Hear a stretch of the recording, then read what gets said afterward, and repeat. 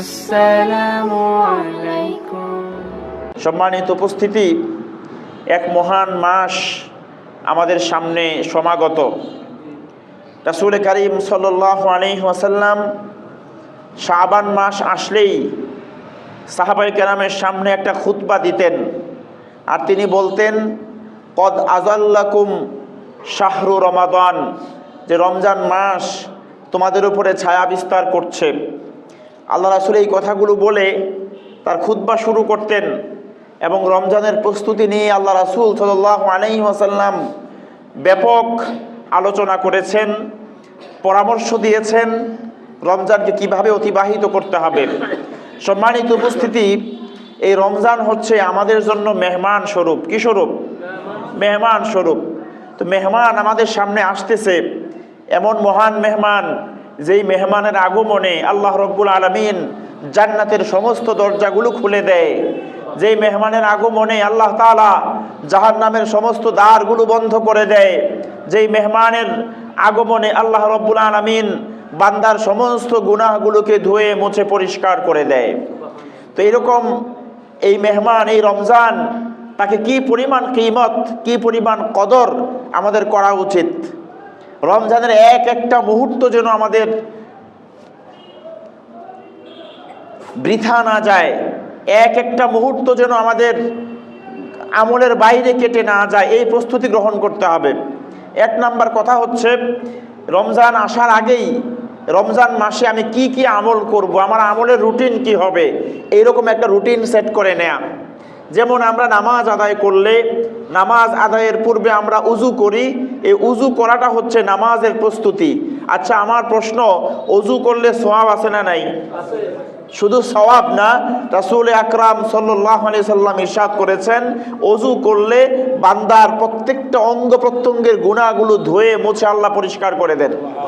আল্লাহ রাসূল বলতে বলতে এমনভাবে বলছেন, যদি বান্দার নখের ভিতরেও কোনো গুনাহ থাকে, হাত্তা নাকিয়াম মিনাজ যুনুব, যদি তার নখের মধ্যেও কোনো গুনাহ লুকায়িত থাকে, এই ওযুর মাধ্যমে আল্লাহ তাআলা ওই গুনাহ পর্যন্ত বের করে তাকে পরিচ্ছন্ন করে দেয়। তাহলে আমি নামাজ আদায় করব, কোরআন তিলাওয়াত করব, এই উদ্দেশ্য নিয়ে আমি উজু করলাম। তো উজু করলে যদি সওয়াব হয়, ওযুটা নামাজের প্রস্তুতি, ওযুটা তিলাওয়াতের প্রস্তুতি, ওযুটা আল্লাহর ইবাদতের প্রস্তুতি। তো ওযু করলে যদি সওয়াব হয়, তাহলে রমজান আসতেছে, আরেকটা ফরজ ইবাদত, তো এইটার প্রস্তুতি গ্রহণ করলে সওয়াব হবে না? এখন থেকে একটা রুটিন করে নেয়া, যে রমজানের দিনের মধ্যে আমি কি পরিমাণ তাসবিহাত আদায় করব, আমি কি পরিমাণ তিলাওয়াত করব, আমি কি পরিমাণ জিকির আজগার করব, রমজানে আমি কি পরিমাণ দান সদাকা করব। এগুলো হচ্ছে আপনি এখন থেকে মনস্থির করে নেয়া, টার্গেট সেট করে নেয়া, যে আমি আমার সর্বোচ্চ লেভেলে চেষ্টা করব আমি রমজানের প্রত্যেকটা মুহূর্তকে এর বাস্তবায়ন করে যেন আমি আল্লাহ পাকের কাছ থেকে রমজানের পরিপূর্ণ যে বারাকা, পরিপূর্ণ যে জাযা, পরিপূর্ণ যে উজরাত, এটা যেন আমি আল্লাহর কাছ থেকে পেয়ে যাই। এইটার একটা রুটিন এখন থেকেই করে ফেলতে হবে। পাশাপাশি আমাদের যাদের বিভিন্ন বদঅভ্যাস আছে, যেই কাজগুলোর কারণে অন্য 11 মাসেও আমরা আল্লাহর কাছে গুনাহগার হই, এবং রমজানের রোজা রাখা অবস্থায়ও ওই কাজগুলো পরিহার না করলে, ওই কাজগুলো না ছাড়লে আমাদের কোনো রোজা আল্লাহর দরবারে কি হবে না? কবুল হবে না। রাসূল করিম সাল্লাল্লাহু আলাইহি সাল্লাম ইরশাদ করেছেন, কাম মিন সাইমিন লাইসা সিয়ামাহু ইল্লা যমা, এমন অনেক রোজাদার কিয়ামতের দিন আল্লাহর দরবারে দাঁড়াবে, যাদের রোজা শুধুই উপবাস থাকা ছাড়া, ক্ষুধার্ত থাকা ছাড়া, তৃষ্ণার্ত থাকা ছাড়া আর কোনো কাজেই আসলো না। আবার আল্লাহ রাসূল বলছেন, ওয়া কাম মিন কাইমিন লাইসা কিয়ামাহু ইল্লা সাহার, এবং অনেক তাহাজ্জুদ গুজারি, কিয়ামুল লাইল আদায়কারী পাওয়া যাবে, যাদের তাহাজ্জুদ শুধুই রাত জাগা ছাড়া আল্লাহর দরবারে কোনো কাজেই আসবে না। তাহলে এগুলা বরবাদ হওয়ার পেছনে দোষ কার? আমাদের নিজেদের দোষ, যেই দোষের কারণে রোজা নষ্ট হয়ে যাবে। শুধু কি না খেয়ে থাকার নাম রোজা? শুধু না খেয়ে থাকার নাম তো রোজা না। আসসাম এটা আরবি শব্দ, যার আরেকটা প্রতিশব্দ হচ্ছে আল ইমসাক, তথা বিরত থাকা, নিজেকে সংযত রাখা। কি কি জিনিস থেকে? আল্লাহ রব্বুল আলামিনের সমস্ত নিষেধ থেকে নিজেকে সংযত রাখার নামই রোজা। সুবহে সাদিক থেকে শুরু করে সূর্যাস্ত পর্যন্ত যেমন খাবার পানাহার স্ত্রী সম্ভোগ এ থেকে যেমন দূরে থাকতে হবে, পাশাপাশি গীবত শেকায়েত থেকেও দূরে থাকতে হবে, মিথ্যা বলা থেকেও দূরে থাকতে হবে, হারাম শোনা থেকে দূরে থাকতে হবে, হারাম দেখা থেকে দূরে থাকতে হবে, হারাম খাওয়া থেকেও দূরে থাকতে হবে। একদিকে যেমন রমজানের দিনগুলো রোজার মধ্য দিয়ে অতিবাহিত হয়, এইটার যেমন অনেক মূল্য, অপরদিকে আবার রমজানের রাতগুলোর মূল্য কি কম? সুবহানাল্লাহ। আল্লাহ রাসূল বলেন রমজানের প্রতি রাতে আল্লাহ পাক অসংখ্য অগণিত, এটা হতে পারে জীবিত, হতে পারে যারা মরে গেছে অর্থাৎ মৃত, জীবিত জিন্দা এবং মুর্দা উভয় পক্ষ থেকে অসংখ্য মানুষকে আল্লাহ পাক রমজানের প্রতি রাতে মাফ করে দেয়। অর্থাৎ 30 দিন, গোটা মাস, দিনটাও যেমন রমজান, রাতটাও। রাতে শুধু আল্লাহ আমাদেরকে খাবারের পানাহার গ্রহণ করার হুকুম দিছে, কিন্তু দিনের বেলা এই দুইটা ছাড়া যেই হুকুম দিনে একই হুকুম রাতে, একই হুকুম রাতে। এখন থেকেই পরিপূর্ণ প্রস্তুতি যে আমার রমজানের প্রত্যেকটা ঘন্টা, প্রত্যেকটা মিনিট, প্রত্যেকটা সেকেন্ড আমি কি কাজে ব্যয় করব। ভাই, এগুলোকে গনিমত মনে করা, আল্লাহ পাকের পক্ষ থেকে বহুত বড় নিয়ামত মনে করা। আমার এই হাত আল্লাহ দিয়েছেন, এই হাতটা সচল আছে, এই হাতটা দিয়ে কাজ করতে পারি, এটা কি আল্লাহর নিয়ামত না? তাহলে এই নিয়ামতের কদর করা। চোখ দিয়েছেন, চোখ দিয়ে দেখতে পারি, চোখের কদর করা। পা দিয়েছেন, পা দিয়ে হাঁটতে পারি, পায়ের মূল্যায়ন করা। ঠিক তদ্রূপ রমজান আমরা পেলাম, এইটার পরিপূর্ণ মূল্যায়ন করা। এইটা তখন আমাদের বুঝে আসবে যখন আমরা আর দুনিয়াতে থাকবো না। রমজানের এক একটা দিন, এক একটা রাতের মূল্য কত ছিল, রমজানের এক একটা মুহূর্তের মূল্য কত ছিল, এটা তখন পরিপূর্ণ আমাদের বুঝে আসবে যখন আমরা আর দুনিয়াতে থাকবো না। তখন বুঝে আসবে, হায় আমার সামনে তো একটা মহান মাস অতিক্রান্ত হয়েছিল, যেই মাসের ব্যবস্থাপনা তো এমন ছিল, যেই মাসের ব্যাপারে রাসূল ক্ষমার ব্যাপারে এমন কথাও তো বলছেন, যে ব্যক্তি রমজান মাস পেয়েও গুনাহ মাফ করাতে পারলো না, তার মতো কপাল পোড়া আসমানের নিচে আর একটাও নাই। তো এমন সুযোগ আমার সামনে আসার পরেও আমি এই সুযোগটাকে কাজে লাগাই নাই। আমরা তো রমজানকে বানাই ব্যবসার কাজে, ব্যবসার মৌসুম বানাই ফেলি আমরা। না, রোজা আসলে আল্লাহ রাসূল বলছেন ওমান খাফফাফা আন মামলুকিহি বিশাই, কর্মচারীর কাজ হালকা করে দাও, নিজের কাজ হালকা করে দাও। একেবারে যে কাজ না করলেই না, ওইটা ছাড়া অন্যান্য সব কাজ থেকে বিরত রাখো। সময়টুকু জিকির, আজকার, তাসবিহ, তিলাওয়াত, আল্লাহ পাকের ধ্যানে, আল্লাহ পাকের দিকে মনোনিবেশ করো। স্বয়ং আল্লাহ তার রাসূলকে বলছেন ফাইজা ফারাগতা ফানসব ওয়া ইলা রাব্বিকা ফারগাব। হে রাসূল, আপনি যখন কাজ থেকে ফারেক হবেন, আপনার রবের প্রতি আপনি মনোনিবেশ করেন। আর এই রমজানটা আল্লাহ সুযোগ করে দিয়েছেন যাতে করে বান্দা পরিপূর্ণভাবে আল্লাহর দিকেই মনোনিবেশ করতে পারে। সম্মানিত উপস্থিতি, একটা সুযোগ আল্লাহ দিয়েছেন। 1 নাম্বার, নেশাদার বস্তু ত্যাগ করতে হবে। এই নেশাদার বস্তু যারা সেবন করে, তারা এইটা ত্যাগ করার মুখ্যম সময় রমজান। মুখ্যম সময় কি? যেমন সারাদিন ইচ্ছা করলো বিড়ি সিগারেট পান করা যায় না, এখন সারাদিন আপনি আল্লাহর উপরে তাওয়াক্কুল করে রইলেন, ইফতারটা করেই আপনি সিগারেট নিয়ে দৌড় দিলেন, হইল? কষ্ট করে করে এখন থেকে প্রস্তুতি, যাতে করে রমজানে আমার ইবাদত নষ্ট না হয়। আপনি বিড়ি সিগারেট ছাড়লেন না, আপনি নেশাদার দ্রব্য, মদ, আপনার বিভিন্ন নেশাদার যে দ্রব্যগুলো আছে আপনি ছাড়লেন না, তো রমজান আপনার কি কাজে আসলো? আপনি সারাদিন রোজা রইলেন, আপনার মুখটা পবিত্র রাখলেন, জবানটা পবিত্র রাখলেন, আর ইফতারের পরে আপনি এগুলো পান করলেন, কি লাভ হইল? রমজানের কি দিনে কি রাতে কোনো গুনাহ করা যাবে না, বলেন? হোক দিনে হোক রাতে কোনো গুনাহ করা যাবে না। বলে হুজুর তারপরে কি গুনাহ হবে না? হ্যাঁ, গুনাহ হয়ে যেতে পারে। তার উদাহরণ হচ্ছে এরকম, একটা সাদা পাঞ্জাবি, পরিচ্ছন্ন আয়রন করা পরিপাটি একটা পাঞ্জাবি কেউ পরিধান করছে, পাঞ্জাবিটা পরিধান করার পরে প্রথম দিন যেরকম শুভ্র পোশাক পরে সে চলাফেরা করছে, 5 দিন পরে পাঞ্জাবিটার কালার প্রথম দিনের মতো থাকবো না? কিছু না কিছু ময়লা লাগবে না? কিছু না কিছু ময়লা তো লাগবে। তো ময়লা কি আপনি ইচ্ছা করে লাগাইছেন না লাগিয়া গেছে? লেগে গেছে। তো ঠিক তদ্রুপ আপনি গুনাহ ইচ্ছা করে করবেন না, ইচ্ছা করে গুনাতে যাবেন না। তবে চলতে গেলে কিছু না কিছু গুনাহ হয়ে যেতে পারে। তবে এইটার জন্য সাথে সাথে ইস্তেগফারের ব্যবস্থাও করতে হবে। ইস্তেগফারের ব্যবস্থাও, তওবার ব্যবস্থাও সাথেই করতে হবে, যাতে করে আমার গুনাহটা স্থায়ীভাবে বসে না যায়, আমি যেন গুনার উপরে স্থায়ীভাবে অভ্যস্ত না হয়ে যাই।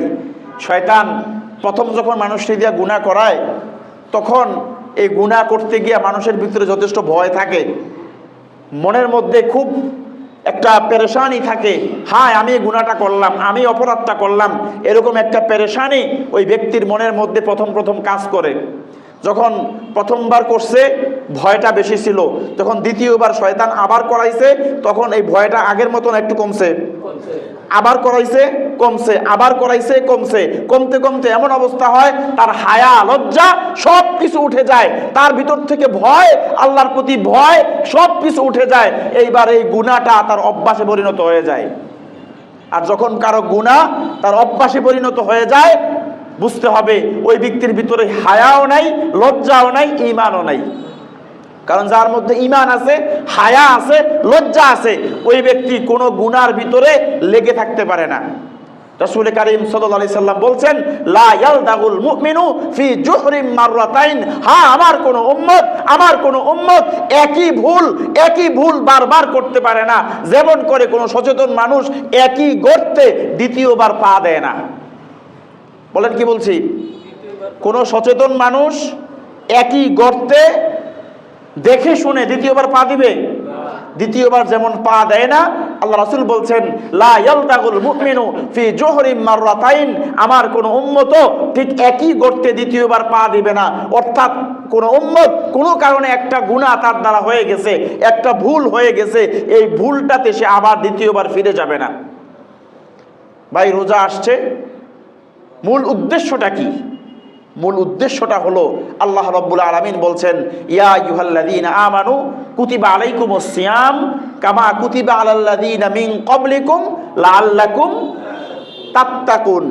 আল্লাহ পাক গোটা আয়াতের ভিতরে রোজাকে ফরজ করে দিয়া এর কনসিকুয়েন্স এবং এটার যে ফান্ডামেন্টাল যে পারপাস, এটার যে মূল উদ্দেশ্য আল্লাহ পাক বর্ণনা করে দিচ্ছেন। আল্লাহ পাক বলছেন, রোজা আমি ফরজ করছি যাতে করে তোমরা মুত্তাকি হতে পারো। কি হতে পারো? বিশ্বাস করেন, আমি ইনশাআল্লাহ ধারাবাহিক আগামী জুমা যদি আল্লাহ হায়াতে বাঁচায়, রমজানের আগে এই মুত্তাকির যে পুরস্কার, মুত্তাকিদের যে অবস্থান, আল্লাহ পাক কোরআনে আর কোনো ইবাদতের জন্যে, কোনো আমলের জন্য এত পুরস্কার, এত সম্মান আল্লাহ ঘোষণা করে নাই যতটা করছে শুধু তাকওয়া অবলম্বনকারীদের জন্য। বলি সুবহানাল্লাহ। আর আল্লাহ বান্দার কি বানাইতে চায়? মুত্তাকি বানাইতে চায়। রোজার মাধ্যমে কি বানাইতে চায়? মুত্তাকি বানাইতে চায়। এবার আসেন, এই মুত্তাকি কারে বলে? মুত্তাকি তারা তাকওয়া অবলম্বন করে যারা। বলেন, মুত্তাকি কারা? তাকওয়া অবলম্বন করে যারা। এখন তাকওয়া কি?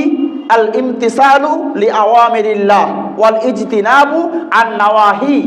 আল্লাহ পাকের সমস্ত হুকুমকে অকুণ্ঠ চিত্তে বিনয়ের সাথে মেনে নিয়ে আমল করে যারা, আর সমস্ত নিষেধ থেকে বেঁচে থাকে যারা, তারাই হচ্ছে মুত্তাকি। তাহলে আল্লাহর হুকুম পুঙ্খানুপুঙ্খ রূপে আদায় করার নাম তাকওয়া, আবার আল্লাহর নিষেধ থেকে সর্বতোভাবে বেঁচে থাকার নামও তাকওয়া। দুইটা জিনিস, একটা আদেশ আরেকটা নিষেধ, একটা আদেশ আরেকটা নিষেধ। আল্লাহর আদেশ পালন করার নাম যেমন তাকওয়া, আল্লাহ পাকের নিষেধ থেকে বাঁচার নামও তাকওয়া। আর মুমিন তার জিন্দেগি সাজাবে তাকওয়া দিয়া। কি দিয়া? ইমানদার তার জিন্দেগি সাজাবে তাকওয়া দিয়া ইমানদার যা করবে প্রত্যেকটা জায়গায় ইমানদার খুঁজবে এই ক্ষেত্রে আমার আল্লাহর হুকুম কি, এই ক্ষেত্রে আমার আল্লাহর নিষেধ কি, এই ক্ষেত্রে আল্লাহর আদেশ কি, এই ক্ষেত্রে আল্লাহর নিষেধ কি। এই দুইটা মূলনীতির উপরে একজন ইমানদার তার গোটা জিন্দেগি পরিচালনা করবে। এমনি করে ব্যক্তি, এমনি করে পরিবার, এমনি করে সমাজ, এমনি করে রাষ্ট্র, এমনি করে গোটা পৃথিবীর মানুষ এই নীতির উপরে চলবে। তাহলে পৃথিবীতে কি থাকবে? ব্যালেন্স থাকবে। পৃথিবী সুন্দর হবে, শান্তিময় পৃথিবী গঠিত হবে যখন মুত্তাকিরা জমিনে প্রতিষ্ঠিত হবে। বলি সুবহানাল্লাহ। না, আল্লাহ পাকের চাওয়া হচ্ছে বান্দারা কি হয়ে যাওয়া? মুত্তাকি হয়ে যাওয়া, তাকওয়াবান হয়ে যাওয়া। অর্থাৎ বান্দা যেন আল্লাহর ভয়ে গুনাহ মুক্ত জিন্দেগি যাপন করে। আমি এবার আপনাদেরকে প্রশ্ন করি, আল্লাহ যা হুকুম করছে ওই হুকুম অমান্য করা সওয়াব না গুনাহ? আল্লাহ পাক হুকুম করছে সালাত কায়েম করো, এখন আমি নামাজ পড়লাম না, না পড়লে এটা তো হুকুম আদেশ, না পড়লে সওয়াব হবে না গুনাহ হবে? আল্লাহ পাক বলছে জাকাত দাও, আমি জাকাত দিলাম না, সওয়াব না গুনাহ?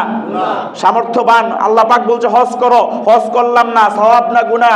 সামর্থ্য আছে রোজা রাখার, আল্লাহ পাক হুকুম করছে রোজা রাখো, আমি রাখলাম না, সওয়াব না গুনাহ? এরকম যতগুলো হুকুম আল্লাহর আছে, হুকুম অমান্য করার নাম যেমন গুনাহ, আবার কিছু কিছু কাজে আল্লাহ নিষেধ করছে, মদ খেও না, শরাব পান করো না। এখন আমি শরাব পান করলাম, সওয়াব না গুনাহ? গুনাহ। আল্লাহ পাক বলছে জেনার কাছেও যেও না, আমি জেনা করলাম, গুনাহ। এইরকম নিষেধ যা করছে এগুলো নিষেধগুলো করলে যেমন গুনাহ, আবার আদেশগুলো ছাড়লেও গুনাহ। তাহলে আদেশ এবং নিষেধ দুইটার সমন্বয়ে যেটা হয় এইটার নাম হচ্ছে তাকওয়া। নাম কি? আল্লাহ পাক চাচ্ছেন রোজার মাধ্যমে বান্দা যেন আল্লাহ সবগুলো আদেশ মেনে নেয় আর আল্লাহ সবগুলো নিষেধ থেকে বেঁচে থাকে। হযরত উমর ইবনুল খাত্তাব রাদিয়াল্লাহু তাআলা আনহু, আপনাদের কাছে কি মনে হয় এই সাহাবীর তাকওয়া বোধহয় অনেক কম ছিল? হ্যাঁ, তাকওয়া আল্লাহর ভয় কি পরিমাণ ছিল হযরত উমরের ভিতরে। একবার হযরত উমর তখন রাষ্ট্রপ্রধান, খলিফাতুল মুসলিমিন। আমি আগেও বলছি তিনটা মহাদেশ খলিফাতুল মুসলিমিন আমিরুল মুমিনিন ওমর ইবনুল খাত্তাব রাদিয়াল্লাহু তাআলা আনহুর তত্ত্বাবধানে ছিল। বলি সুবহানাল্লাহ। আমরা এই কথাগুলো শোনাতে চাই। ও ভাই, আমাদের একজন ওমর ছিল, আমাদের একজন আবু বকর ছিল, আমাদের একজন উসমান ছিল, আমাদের একজন আলী ছিল, যাদের জমানায় তাদের শাসনের ভিতরে এমন ইনসাফ কায়েম হয়েছে, ইতিহাসের পাতায় লেখা আছে বাঘ এবং ছাগল একসাথে ঘাটে পানি পান করেছে, একজন আরেকজনকে অন্যায়ভাবে আক্রমণ করার সাহস পর্যন্ত পায় নাই। এমন ইনসাফ জমিনে কায়েম হয়েছিল। যাদের শাসনামলে, যাদের তাকওয়া আল্লাহর ভয় ভিত্তিক শাসন ব্যবস্থা এমন ছিল, একবার মদিনায় ভূমিকম্প শুরু হয়েছে, মাটি কাঁপতে শুরু করছে। হযরত ওমর হাতের চাবুকটা নিয়ে মাটির মধ্যে আঘাত দিয়ে বলছে, থেমে যা, তোর উপরে ইনসাফ চলে, জুলুম চলে না, জমিন তুই কাঁপতে পারবি না। সাথে সাথে ভূকম্পন বন্ধ হয়ে গেছে। উমর তো এমন ব্যক্তি ছিল, আল্লাহর সাথে তার সম্পর্ক এমন ছিল, মিশরের নীল নদ প্রতি বছর শুকাই যেত। আর এরা মনে করত দেবতার নামে কোনো মানুষকে উৎসর্গ করলে নীল নদে পানি আসবে, এই কথা, এই প্রচলন এদের মধ্যে ছিল। তখন ইসলামী হুকুমত প্রতিষ্ঠা হয়েছে। আমর ইবনুল আস রাদিয়াল্লাহু তাআলা আনহুকে হযরত উমর মিশরের গভর্নর নিযুক্ত করে মিশরে পাঠালেন। তিনি দেখলেন এই প্রথা মিশরে চলতেছে, নীল নদে পানি নাই, পানি শুকাই গেছে, সেচের কাজে পানি দিতে পারতেছে না। তারা একজন মানুষকে প্রস্তুত করছে, তারে জবাই করে, তারে বলি দিয়া তার রক্ত নীল নদে দিলে নীল নদে পানি আসবে, এইটা ওদের আকীদা বিশ্বাস ছিল। হযরত উমরকে আমর ইবনুল আস চিঠি লিখে পাঠাইছে যে খলিফা, এইখানে তো এই কুপ্রথা, এই কুসংস্কার, এই শিরক এইখানে প্রতিষ্ঠিত, কি করব? হযরত উমর একটা কাগজের টুকরায় অথবা চামড়ার টুকরায় একটু চিঠি লিখে দিয়া বলছে, এই চিঠিটা নীল নদের মধ্যে ফেলে দিবা, দিয়া বলবা খলিফাতুল মুসলিমিন উমর হুকুম করছে, আল্লাহর হুকুমে সেজন্য প্রবাহিত হয়। আমর ইবনুল আস রাদিয়াল্লাহু তাআলা আনহু বলেন, যখন ওই চিঠিটা নীল নদে ফেলে দেওয়া হলো, এক মুহূর্ত দেরি হয় নাই, জোয়ারের পানি এসে গোটা নীল নদ পানিতে কানায় কানায় পরিপূর্ণ হয়ে গেছে। ওমর তো ওই ব্যক্তি ছিল, সুবহানাল্লাহ, তাদের তাকওয়া, আল্লাহর ভয় দিলের মধ্যে কি পরিমাণ ছিল।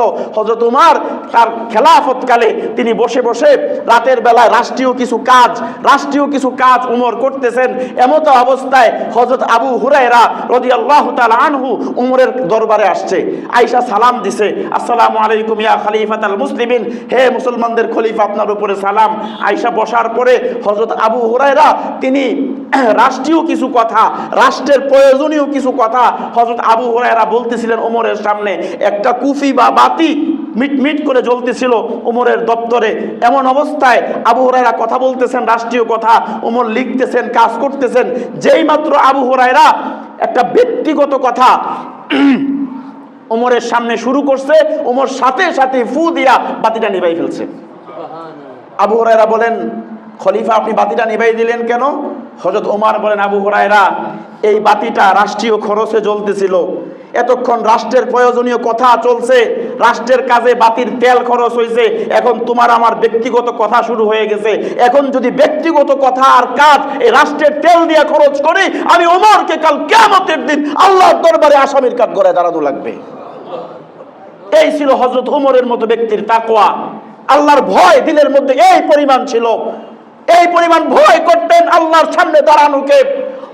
আল্লাহ সুবহানাহু ওয়া তাআলা ইরশাদ করেছেন, ওয়া আম্মা মান খাফা মাকাম রাব্বিহি ওয়া নাহান নাফসা আনিল হাওয়া, যারা না এই ভয় করে কিয়ামতের দিন আল্লাহর সামনে দাঁড়ানো লাগবে, এই ভয় যাদের দিলের মধ্যে আছে, রব শুনাই দিবেন, ফা ইন্নাল জান্নাতা হিয়াল মাওয়া, তোমরাও শুনে নাও, যাদের ভিতরে ভয় থাকবে আমি আল্লাহর সামনে দাঁড়ানোর, তোমরাও শুনে নাও, আমি আল্লাহ তাদের জন্য জান্নাত প্রস্তুত করে রেখে দিছি।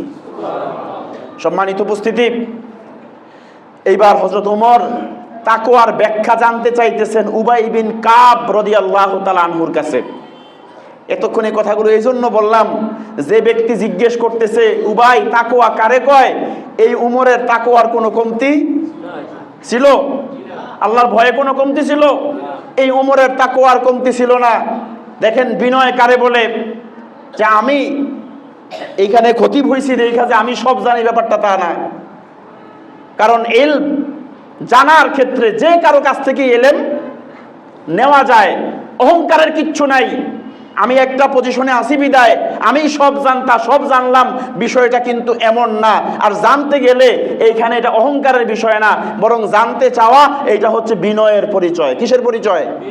বিনয়ের পরিচয়। হযরত উমর উবাই বিন কাব রাদিয়াল্লাহু তাআলা আনহু আরেক মুত্তাকি সাহাবী ছিলেন, ওনার কাছে জিজ্ঞেস করছে, ভাই উবাই বিন কাব, তাকওয়া কারে বলে, আল্লাহর ভয় কারে বলে? আল্লাহ যে জায়গায় জায়গায় কোরআনে তাকওয়ার কথা বলছেন, এই মুত্তাকি কারে কয়, তাকওয়া কারে কয়? ভাই উবাই, এই কথাটা আপনি আমারে একটু বুঝাইয়া বলেন। সুবহানাল্লাহ বলবেন না? প্রশ্ন করছে কে?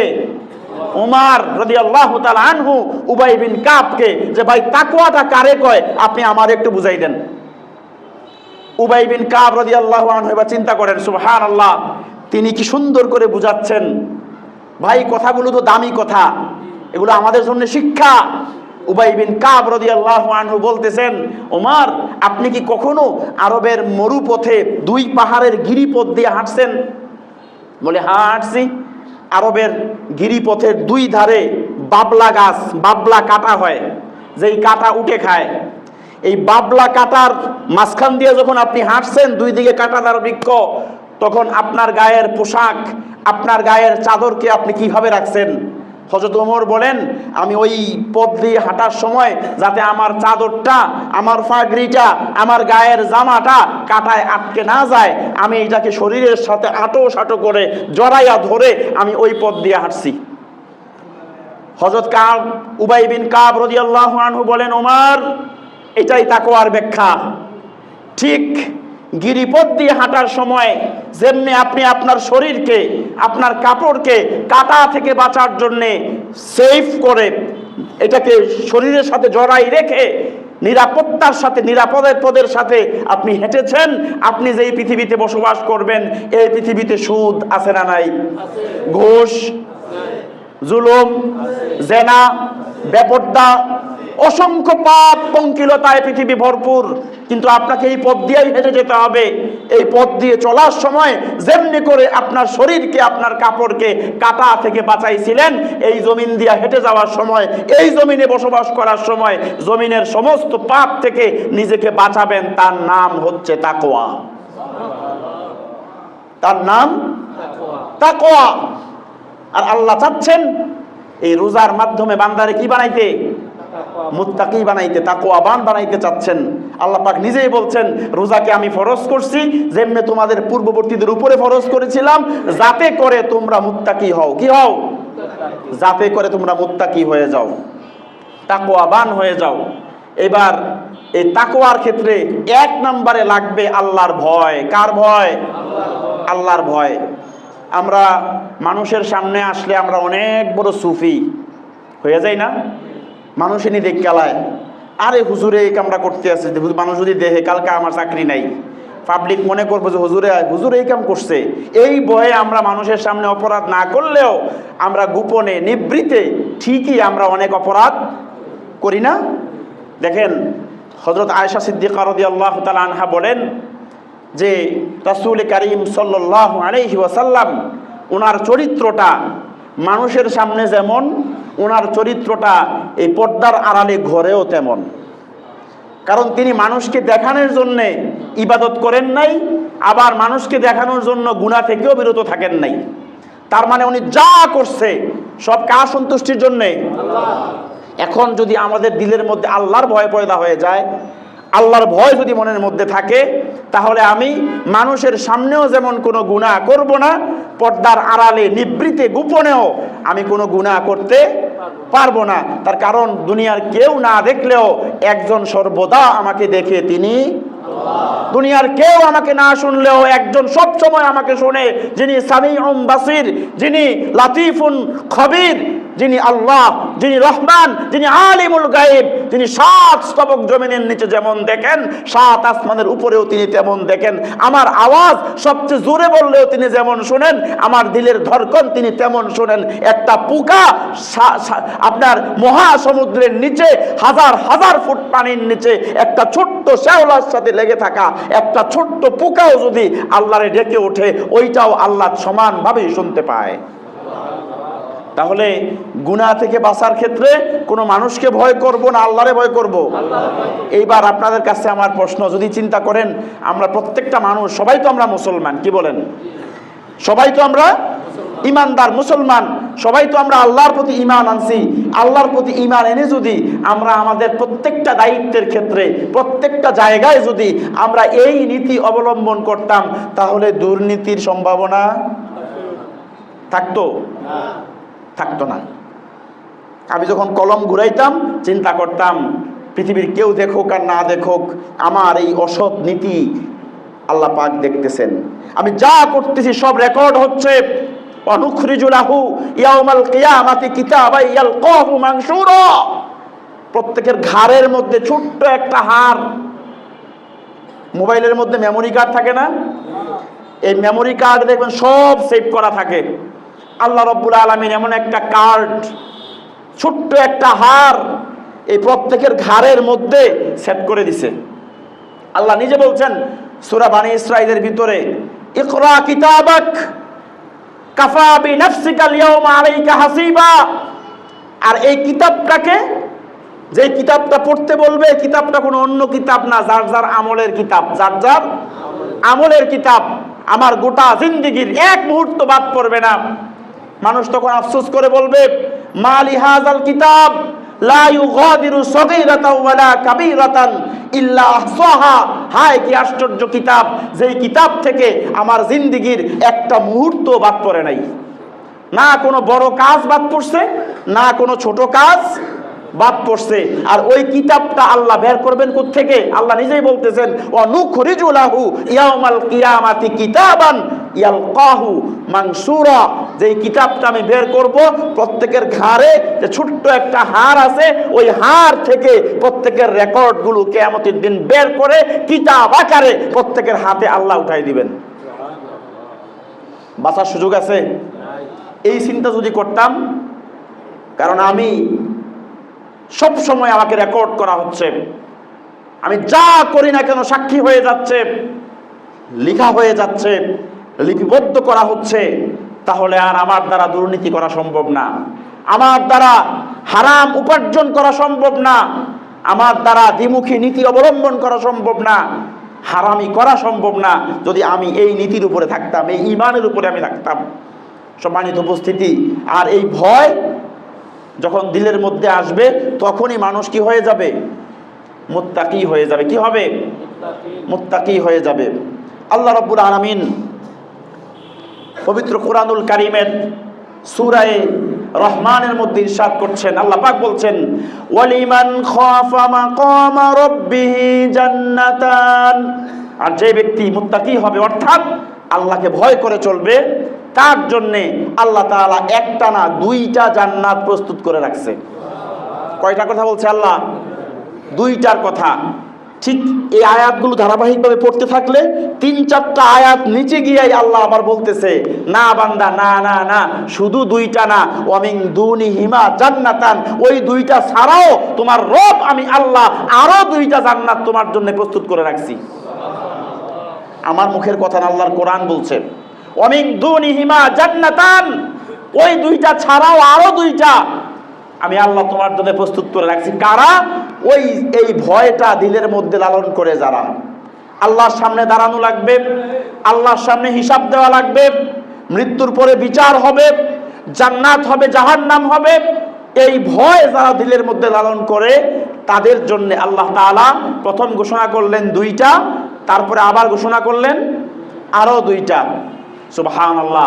এই বেহেশতের ব্যবস্থা আল্লাহ তাআলা বান্দার জন্য করে রাখছেন। এবার আসেন তাকওয়া মানুষকে আরো কি করে। আল্লাহ রাসূল বলছেন, ইন্না তাকওয়াল্লাহি তুআক্কি সাখাতা, নিশ্চয়ই তাকওয়া মানুষকে আল্লাহর রাগ থেকে বাঁচায়। তাকওয়া কি থেকে বাঁচায়? আল্লাহর রাগ থেকে বাঁচাই দেয়। মানুষ যখন আল্লাহরে ভয় করে, আল্লাহ পাক তার উপরে আর রাগ করেন না। ওয়া তুআক্কি উকুবাতা, আল্লাহর আযাব থেকে, আল্লাহর শাস্তি থেকে আল্লাহ বান্দাকে বাঁচাই দেয়। ওয়া তুরদির রাব্বা, বান্দা তোমার প্রত্যেকটা কাজে আল্লাহর ভয় তুমি করতেছো, প্রত্যেকটা ভয়ের কারণে তোমার উপরে তোমার রব খুশি হয়ে যাচ্ছে। আল্লাহ পাক এই মুত্তাকিদের জন্য বিশাল পুরস্কার ঘোষণা করে রাখছে কোরআনে। সুবহানাল্লাহ। আসেন একটা একটা করে আমরা ধারাবাহিকভাবে এবার আলোচনা করি। আল্লাহ সুবহানাহু ওয়া তাআলা সূরার নাম সূরাতুল আরাফ। সূরার নাম কি? সূরাতুল আরাফ। এই সূরার 96 নাম্বার আয়াত আল্লাহ পাক গোটা মানব জাতির জন্য একটা ঘোষণা শোনাইছে। আমরা তো সমৃদ্ধি, উন্নতি, অনেক কিছু আমরা দুনিয়ার জিন্দেগিতে খুঁজি, নিজেকে ডেভেলপ করার চেষ্টা করি, শান্তি নিরাপত্তা আমরা তালাশ করি।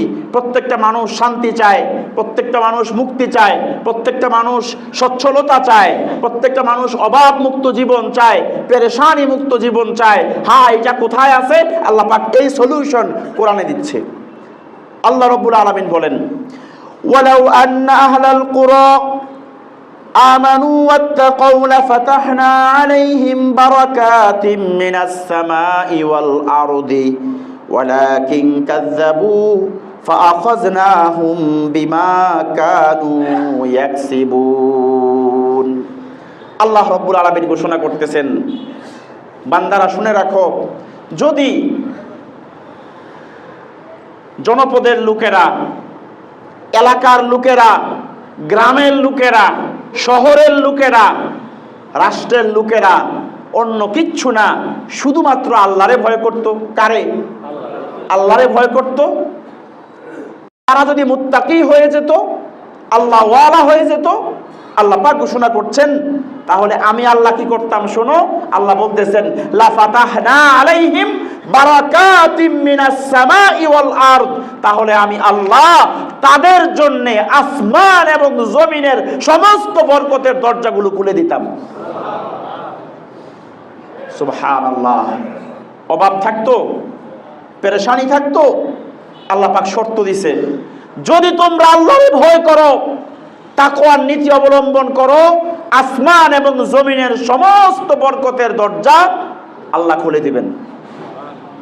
আর ভয়টা করতে হবে ভয় করার মতো, ভয়টা করতে হবে ভয় করার মতো। আল্লাহ পাক অন্য এক আয়াতে বলছেন, ইয়া আইয়ুহাল্লাযীনা আমানুত্তাকুল্লাহা হাক্কা তুকাতি, বান্দা বান্দা আমার ঈমানদার যারা আমাকে বিশ্বাস করো, আমার ঈমানদার বান্দারা শোনো, তোমরা আমি আল্লাহকে ভয় করার মতোই ভয় করো, আল্লাহকে ভয় করার মতোই ভয় করো। দুনিয়ার আসামি যখন পুলিশ দেখে ভয় পায় না, র্যাব দেখলে ভয় পায় না, বহু কিছুতেই আমরা ভয় পাই। আল্লাহর ভয়টা কি অন্য সব মাখলুকের মতো হবে না? সবচেয়ে বেশি হবে, সবচেয়ে বেশি হবে আল্লাহর ভয়। অথচ আফসোস দেখেন, দুনিয়াতে কোনো অপরাধ করলে, মামলা হলে আমরা ঘরে ঘুমাই না, পুলিশ নিয়ে যাবে। অথচ আল্লাহর আদালতে প্রতিদিন কি পরিমাণ গুনাহ আমি করতেছি, কি পরিমাণ অন্যায় আমি করতেছি, অথচ পেরেশানি, ভয়ের কোনো ছাপ আমার চেহারার মধ্যে কিন্তু নাই। তাহলে এটা কি ভয় করার মতো ভয় হইল? আল্লাহ যেমন সবচেয়ে বড়, সবচেয়ে ক্ষমতাবান, তাহলে আল্লাহর ভয়টাও হবে সবচেয়ে বড় ভয়। যে যতটুকু ভয় আল্লাহকে করতে হবে অতটুকু ভয় আল্লাহকে করো, হাক্কা তুকাতিহি। আর আল্লাহ বলছেন, ওয়ালা তামুতুন্না ইল্লা ওয়া আনতুম মুসলিমুন, ও বান্দা তুমি মুসলমান না হয়ে মইরো না, মুসলমান না হয়ে মইরো না। মুসলমান কারে বলে? ইসলাম শব্দ থেকেই মুসলিম, মুসলিম শব্দ থেকেই মুসলিমুন। এখন ইসলাম কারে বলে? আল্লাহ পাকের সমস্ত বিধানের সামনে, আল্লাহ পাকের সমস্ত হুকুমের সামনে যে ব্যক্তি পরিপূর্ণ আত্মসমর্পণ করে তারে বলে মুসলমান। তারে কি বলে? মুসলমান বলে। এখন কোনো কারণে এই আল্লাহর এই আইনটা, এই হুকুমটা আমি পালন করতে পারি না, এই হুকুমটা আমার জন্য একটু কষ্টকর অথবা আমার জন্য একটু অসুবিধার, সেই ক্ষেত্রে আইসা আমি যদি আইনের বিরোধিতা করি তাহলে ঈমান থাকবে? ঈমান থাকবে না।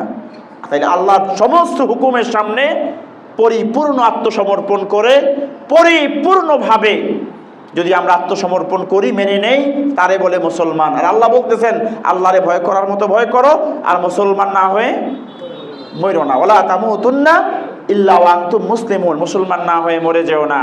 সুতরাং এদিকে আল্লাহ বললেন যে, ওয়ালাউ আন্না আহলাল কুরা আমানু ওয়াত্তাকাউ লাফাতাহনা আলাইহিম বারাকাতিম মিনাস সামা। এই যে বরকত, আসমান জমিনের সমস্ত রিজিক, সমস্ত যা কিছু আছে আল্লাহ দিবেন, এইটাকে আখেরাতে না দুনিয়াতে? কথা বলেন, দুনিয়াতে। দুনিয়ার লাভ। তাহলে তাকওয়ার মাধ্যমে আখেরাতে তো ফলাফল আছেই। দুনিয়ার এক নাম্বার লাভ হলো এই ব্যক্তির জীবন, ওই সমাজের মানুষের জীবন, ওই রাষ্ট্রের মানুষের জীবন আল্লাহ পাক বরকতে বরকতে পরিপূর্ণ করে দিবেন। এটা এক নাম্বার লাভ। আফসোস, তাকওয়া থাক দূরের কথা, তাকওয়া থাক দূরের কথা। হ্যাঁ, আমরা মুসলমান, কেন আমরা এত নির্বোধ হয়ে গেলাম? আমরা কেন এত নির্বোধ হয়ে গেলাম? আপনারা অনেকেই সচেতন মানুষ, শিক্ষিত সমাজ, শিক্ষিত মানুষ, অনেকেই হয়তো সম্প্রতি ইন্টারন্যাশনাল একটা নিউজ সম্প্রতি হয়তো অনেকেই দেখছেন, জেফ্রি অ্যাপস্টেইনের যে কেলেঙ্কারি ফাঁস হয়েছে, দেখছেন না অনেকেই? কারা কারা দেখছেন একটু হাত তোলেন তো দেখি, আমি একটু দেখতে চাই। মাশাআল্লাহ, হাত নামান। অনেকেই জানেন। আমি এই এতটুকু বলতে চাই, যাদেরকে আমরা আইডল মনে করি, ভাই রাসূল আকরাম সাল্লাল্লাহু আলাইহি ওয়াসাল্লামের নেতৃত্ব, ওনার নবুয়ত, ওনার রিসালাত পৃথিবীতে প্রতিষ্ঠিত হয়েছিল মানবতাকে প্রতিষ্ঠিত করে সর্বোচ্চ পর্যায়ে নিয়ে যাওয়ার জন্য, ঠিক কিনা? আর যারা মানবতার নামে পৃথিবীতে মানুষকে মানবতার বুলি শোনায়, মানবতার বাণী যারা পৃথিবীর মানুষকে শোনাচ্ছে, এদের চরিত্র আজকে পৃথিবীর সামনে ক্রিস্টাল ক্লিয়ার, ঠিক কিনা? এরাই দেখবেন মানবতার কথা কয়, এরাই ফতুয়া দেয় মুসলমানরা সন্ত্রাস, এরাই বলে মুসলমানরা জঙ্গি, মুসলমানরা অমানবিক। এদের সুর ধরে অনেকেই বলে মধ্যযুগীয় বর্বরতা। মধ্যযুগে বর্বরতা হয় নাই, রাসূল করিম সাল্লাল্লাহু আলাইহি সাল্লামের যুগে মানবতা সর্বোচ্চ লেভেলে স্থান পেয়েছে। যিনি দাসদেরকে আজাদ করেছেন, মুক্ত করেছেন, দাস প্রথাকে যিনি বিলুপ্ত করে দিয়েছেন, নিজে দাসীদেরকে বিয়ে করে স্ত্রীর মর্যাদা দিয়া নারীর মর্যাদা সমুন্নত করেছেন, ঠিক কিনা? যিনি জীবন্ত কন্যাকে প্রথিত করাকে, মাটিতে পুঁতে ফেলাকে চিরতরে নিষেধ করে দিয়েছেন, তিনি সমস্ত ন্যায় অবিচারকে ধূলিসাৎ করে দিয়া ইনসাফ ও ন্যায় ভিত্তিক রাষ্ট্র এবং সমাজ যিনি প্রতিষ্ঠিত করেছিলেন, তিনি আমার আপনার নবী সাইয়্যিদুল মুরসালিন বিশ্ব নবী মুহাম্মাদুর রাসূলুল্লাহ সাল্লাল্লাহু আলাইহি ওয়াসাল্লাম। আর ওই আদর্শকে বাদ দিয়া যেই লাল সামরার ওই লাল কুত্তাদেরকে আমরা যারা আদর্শ মানতেছি, আজকে ওদের চরিত্র সামনে ফুটে উঠছে। তারা বাল দেবতার পূজা করে, ওই দেবতার সামনে অসংখ্য শিশুকে তারা জবাই করে, তারা শিশুদের রক্ত পান করে, তারা ছোট্ট ছোট্ট মাসুম শিশুদের সামনে পৃথিবীর বড় বড় নেতা, আজকের এই ডোনাল্ড ট্রাম্প থেকে শুরু করে আপনার বিল গেটস, তারপরে এলন মাস্ক, পৃথিবীর বড় বড় ধনকুবের বড় বড় নেতারা ছোট্ট ছোট্ট শিশুদেরকে দর্শন করে, তাদের পেটের ভিতরে বাচ্চা আসার পরে ভ্রূণ বের করে ওই ভ্রূণ দিয়ে সুপ তৈরি করে খায়, মুরগির পায়ের মতো, মুরগির লেগ পিস যেমন মানুষ খায়, এমনি শিশুদের পা ভক্ষণ করে, শিশুদের নারী বুড়ি ভক্ষণ করে পৃথিবীর ইতিহাসকে এরা কলঙ্কিত করছে। এরা হয়ে যায় পৃথিবীর মুরল, এরা হয়ে যায় পৃথিবীর মুরল। পৃথিবীর কোথায় কি হবে না হবে এরা সিদ্ধান্ত নেয় না। ভাই, আমার আল্লাহর কোরআন, আমার আল্লাহর কোরআন পৃথিবীতে শাসিত হওয়ার জন্য আসে নাই, ন্যায় ইনসাফ ভিত্তিক শাসন করার জন্য পৃথিবীতে আসছে। মুসলমান, তুমি আমেরিকারে আজকে আইডল মনে করলা, ইউরোপিয়ানদেরকে তুমি আইডল মনে করলা, একটা শিয়াল কুত্তা পর্যন্ত এরা এদের কাম চরিতার্থ করার জন্য নির্জন কোনো জায়গা বেছে নেয়। এদের ভিতরে এতটুকু হায়া লজ্জা পর্যন্ত অবশিষ্ট নাই।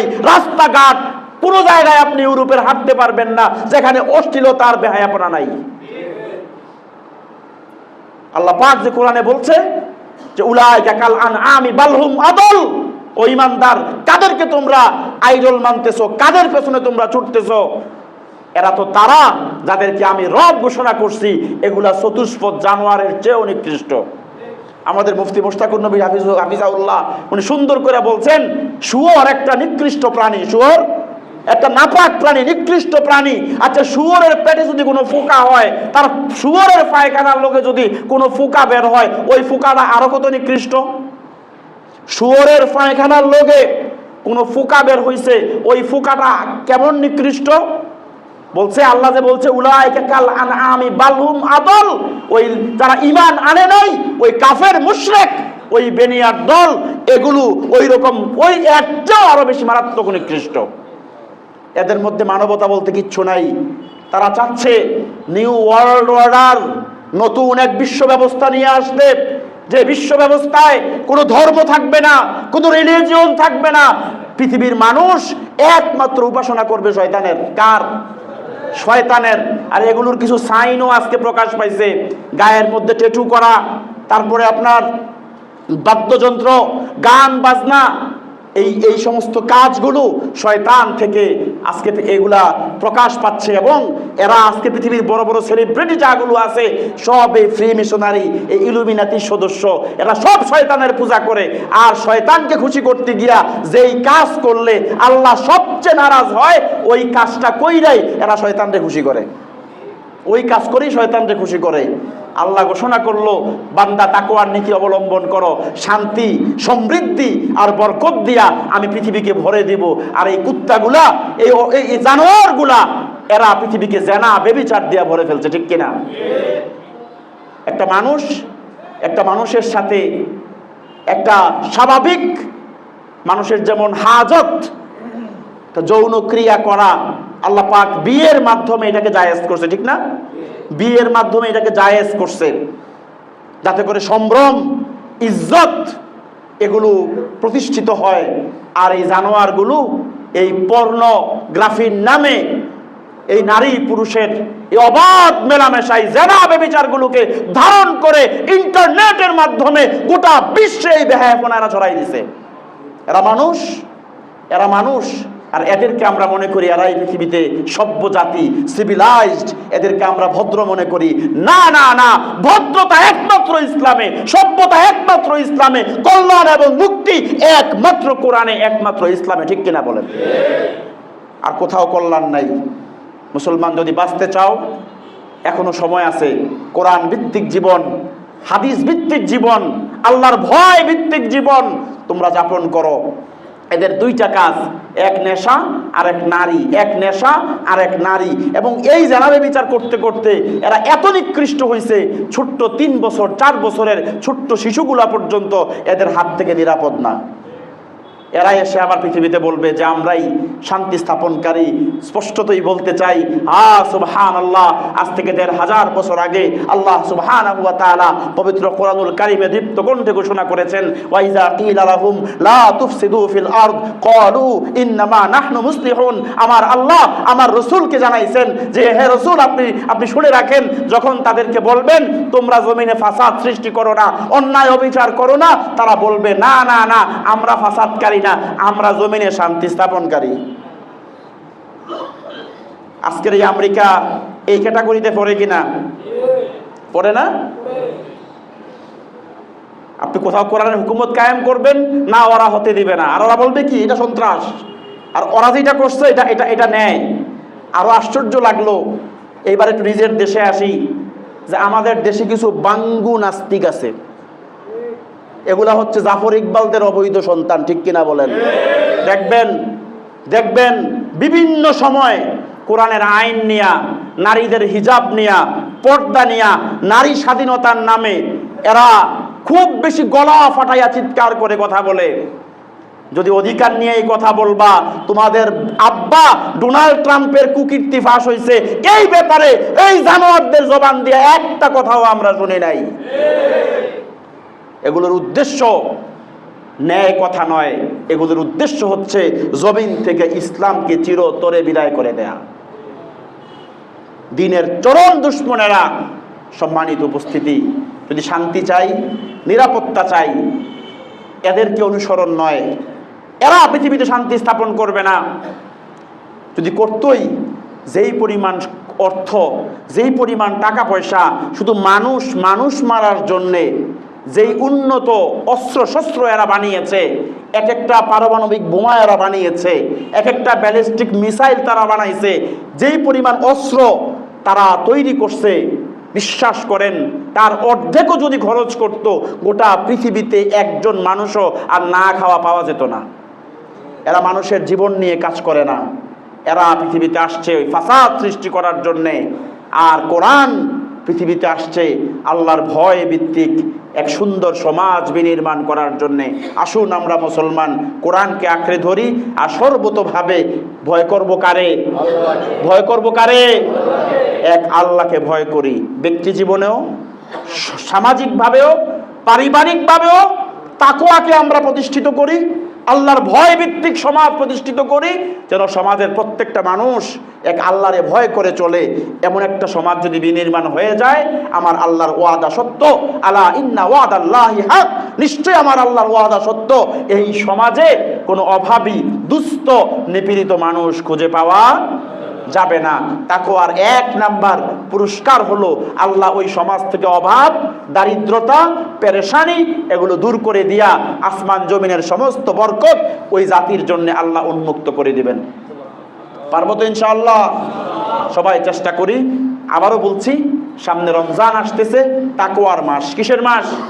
তাকওয়ার ট্রেনিং হয় যেই মাসে, তাকওয়ার প্রশিক্ষণ হয় যেই মাসে, এই মাসের প্রস্তুতি নেই। আল্লাহ সুবহানাহু ওয়া তাআলা আমাদের সকলকে পরিপূর্ণ মুত্তাকি হিসাবে কবুল আর মঞ্জুর করে নেন। সকলে বলি আমিন। আল্লাহ তাআলা যেন আমাদের সবাইকে দ্বীনের জন্য পুরা কবুল করে নেন। আমিন। ওমা আলাইনা ইল্লাল বালাগ। আসসালামু আলাইকুম।